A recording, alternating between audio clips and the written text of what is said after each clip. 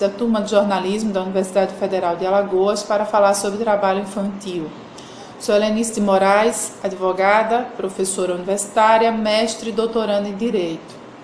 Primeiro é preciso esclarecer que todo e qualquer trabalho realizado por criança e adolescente é considerado trabalho infantil. E, portanto, o trabalho infantil é proibido pelo direito brasileiro, restando uma exceção apenas quando se fala dos programas de aprendizagem, onde os adolescentes a partir dos 14 anos podem ser inseridos na condição de menor aprendiz. Como ainda temos índices alarmantes de trabalho infantil no Brasil, discute-se muito veementemente a questão do combate e erradicação do trabalho infantil. Tal tema é de atribuição de políticas públicas governamentais. E a política pública mais aparente em razão do trabalho infantil é o Programa de Erradicação do Trabalho Infantil, conhecido como PET. E o que se tem exatamente para se discutir a respeito do PET é sua eficácia ou não quanto ao seu propósito. O que se pode concluir em algumas regiões, e a partir de trabalhos muito mais embasados pela área de assistência social, é que o programa em destaque ele se mostra muito eficaz quando se trata de criança e adolescente ainda não inserido no mercado de trabalho. E quando esta criança e adolescente tem uma família inserida no contexto da economia ativa.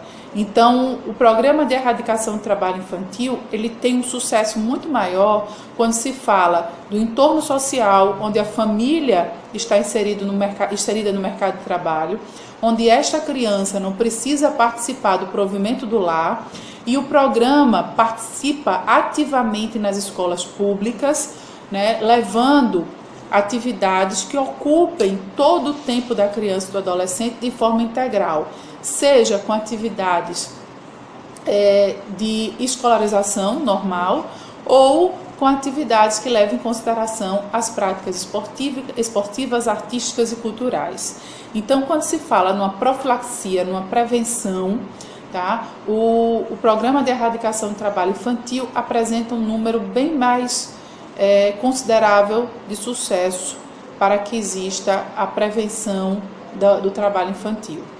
Em se falando de criança e adolescente que já se encontre trabalhando, o PET ele não tem um número tão bem sucedido para ser apresentado, porque fala-se de criança e adolescente que ativamente participa do provimento do lar. Então temos aí um problema muito mais profundo a ser resolvido, porque é um problema social. É uma questão de se trabalhar essa família, de saber os motivos da família não conseguir prover o lar, e aí o motivo exatamente pelo qual a criança e o adolescente se inseriu no mercado de trabalho. Então a questão seria não somente evitar o ingresso da criança no mercado de trabalho, mas resolver o problema que levou com que criança e adolescente se tornasse trabalhadora, provedora de um lar, e a partir da solução desse problema, retirá-lo do mercado de trabalho. Então, é uma questão não tão pontual, mas uma questão muito mais profunda de se resolver. Trata-se de um problema social e econômico que é próprio do nosso país. Então, o programa de erradicação do trabalho infantil não deve trabalhar única e exclusivamente a situação da criança e do adolescente, mas também de sua família, para que a família inserida no contexto da economia, a família podendo estar empregado, o pai, a mãe empregado e provendo lá, não permita ou não necessite o ingresso da criança e do adolescente no mercado de trabalho.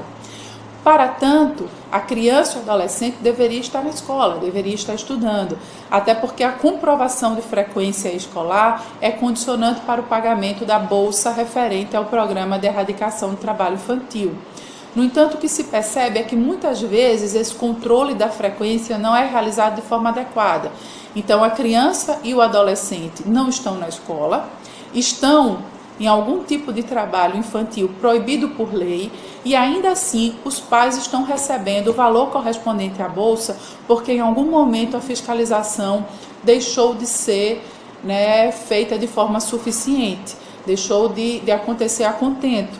Então a gente tem uma deficiência na escolarização dessa criança e do adolescente que mais adiante não vai conseguir de novo se inserir no mercado de trabalho, e aí a gente vai ter um contexto social que se repete, porque a gente vai ter pessoas com qualificação deficiente e, obviamente, muitas vezes alijadas do mercado de trabalho porque não tem condição de ingresso nesse tipo de mercado que está cada vez mais exigente, né, com os trabalhadores.